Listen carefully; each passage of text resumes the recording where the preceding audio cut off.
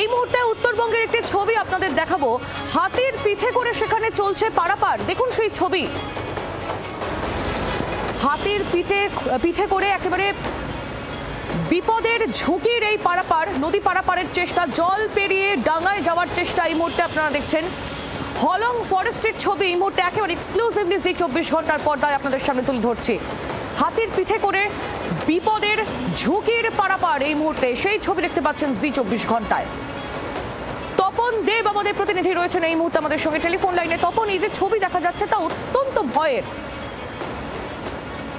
হ্যাঁ দেখো, এক কথায় কিন্তু যে ভয়াবহ রূপ নিয়েছিল গত রবিবার গোটা আলিপুরদুয়ার জেলা সহ উত্তরবঙ্গে, সেই মুহূর্তে কিন্তু সবচেয়ে বিষয় হলো যে জল যত কমে, গতকাল থেকেই কিন্তু আবহাওয়া অনেকটাই প্রতিকূলের দিকে এসেছে, ঝকঝকে রোদ উঠেছে।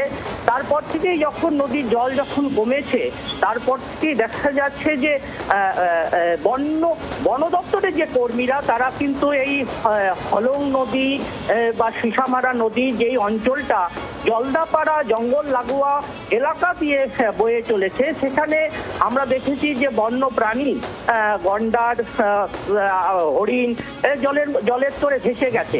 এই পরিস্থিতিতে কিন্তু আজ সকাল থেকে দেখা যাচ্ছে যে বন দপ্তরের কর্মীরা যেমন তাদের পোষ্য হাতি নিয়ে যেমন নদীর চর দিয়ে তারা নজরদারি রাখছে যাতে কোনো বন্য প্রাণী বা তাদের বন দপ্তরের যে ক্ষতিগ্রস্ত এলাকা কতটুকু ক্ষতি হয়েছে, জঙ্গলের গাছ, নদী লাগোয়া যে সমস্ত বনাঞ্চল রয়েছে সেখানে কতটা ক্ষতি রয়েছে তার একটা হিসেব তারা এই বন দপ্তরের কর্মীরা তারা করছেন।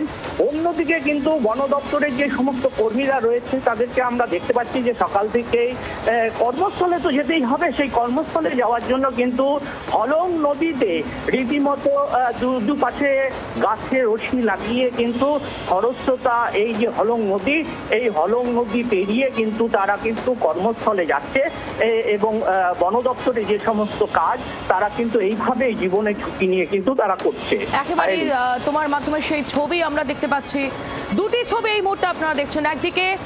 একদিকে আমরা দেখছি হাতির পিঠে করে বন দপ্তরের কর্মীরা তারা বনাঞ্চল পরিদর্শন করছেন, তারা খতিয়ে দেখছেন যে কোন অঞ্চলে কতটা ক্ষতি হয়েছে এবং কোনো বন্য প্রাণী সেখানে বিপন্ন অবস্থায় রয়েছে কিনা সেই হিসেব তারা করছেন। একদিকে সেই ছবি আমরা যখন দেখছি, অন্যদিকে বন দপ্তরের কর্মীদের আরও একটি ছবি, হলং নদী এই মুহূর্তে খরস্রোতা হয়ে রয়েছে, জল বেড়েছে, যেহেতু জল ছাড়া হচ্ছে বন্যা এবং তার পাশাপাশি আমরা জানি যে বৃষ্টি লাগাতার হয়েছিল, তার জেরে জল এখনো পর্যন্ত যতটা জল বেড়ে গেছিল সেই জল পুরোপুরি নেমে যায়নি, তাই এখনো যথেষ্ট স্রোত রয়েছে হলং নদীতে এবং সেই স্রোত পেরিয়েই বন দপ্তরের কর্মীরা তারা নিজেদের কর্মক্ষেত্রে যাচ্ছেন। সেই ছবি আপনাদের সামনে তুলে ধরছি। দুটি ছবি আপনারা দেখছেন, একদিকে খরস্রোতা নদী পেরিয়ে পায়ে হেঁটেই বন দপ্তরের কর্মীরা তারা নিজেদের কর্মস্থানে যাচ্ছেন, আর অন্যদিকে পোষা হাতি নিয়ে বনাঞ্চল পরিদর্শন করছেন বন দপ্তরের কর্মীরা। যথেষ্ট ঝুঁকির এই কাজও।